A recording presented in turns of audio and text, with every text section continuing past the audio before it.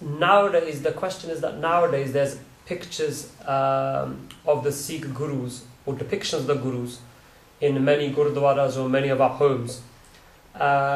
It's come to the extent where some ignorant or are misunderstanding, some Sikhs are praying to these pictures. For example, in films like Bende Like Beckham, there's a picture of Guru Nanak Dev Ji on the wall, and I think there's a garland around the picture, there's a Fulla da Hare around the picture. And then when the girl's getting out, I think it's GCSE results, she's praying in front of the photo Matha Tekdi, and they say, Guru Nanak Dev Ji, please bless us. They bow down to the picture, please bless us that I'll get good results. And even watch Indian serials or Bollywood films, the same depictions given that Sikhs are praying to these pictures or depictions of Guru Nanak Dev Ji or Guru Gobind Singh Ji. And some homes you find some elderly people getting incense sticks, toof, and toof leke, they circulate around the picture to get a form of blessings or something. What's happened is what the Hindus used to do in their religion is they used to venerate images. And even though we've become Sikhs, some of the Hindu practices have crept back into our faith, and we began to do that because Gurus get a very easy path, gadira, like a motorway, easy path. And sometimes following the easy path can be too difficult for some people. You go people like complicated things. Following something simple can be too complicated for people. They want to follow something which got more technicalities. So telling someone that you have to those who want to find God, you have to read the Gur Shabd.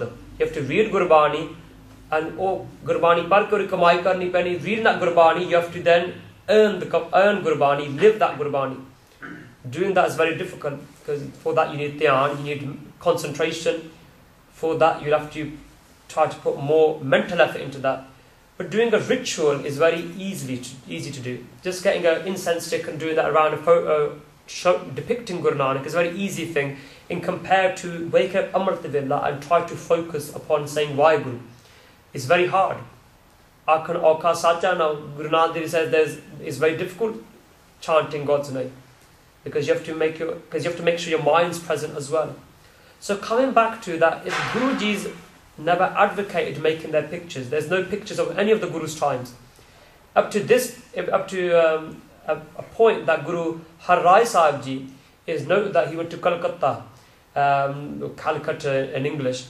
And when Guru Sahib went to Calcutta, an artist tried to depict Guru Har Rai Sahib Ji, and he kept getting it wrong.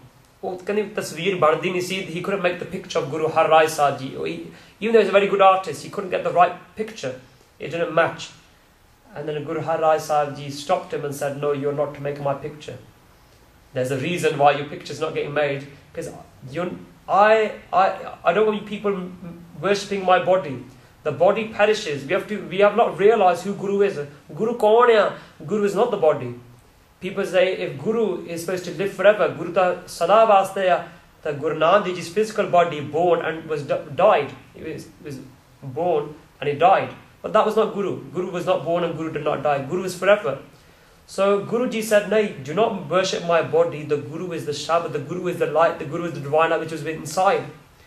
And that's why Guruji says that to see Jotana Jaro, not with my body.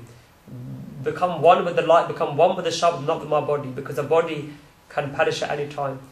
So there's many examples. There's one book, Sikh History from Persian Sources. It's published by Aligarh University. It's got all the memoirs and documents written by the Mughals or the Persians living in India during the times of the Sikh Gurus. And in there it's written that Guru Nanak Dev Ji Sikhs, they scorn images. They, in simpler language, they basically hate images. Because their Sikh temples or dharamshals are very simple. They have no images in their dharamshals. In their gurdwara, they have no images. And they don't believe in images. So it's very clear throughout history we have no images. During Maharaja Ranjit Singh's time, when the Sikh kingdom came, or say Sher-e-Punjab kingdom came, during that time, Maharaja Ranjit Singh, he employed many artists. And he made many gurdwara. He made the gurdwaras look nice. Why shouldn't he? Because he thought that if we try to make our house look nice, then we should make the Guru's house look nice as well. So he put a lot of effort and a lot of money into making the Gurdwaras nice.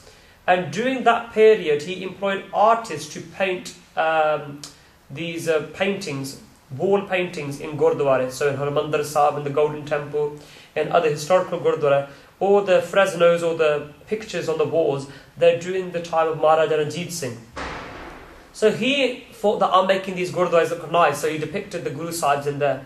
Then he had some artists who tried to depict Guru Sahibs during this time, because there was a renaissance, there was a time of where Sikhs were now living in peace and the arts were flourishing, and so people became more and more artistic and stuff.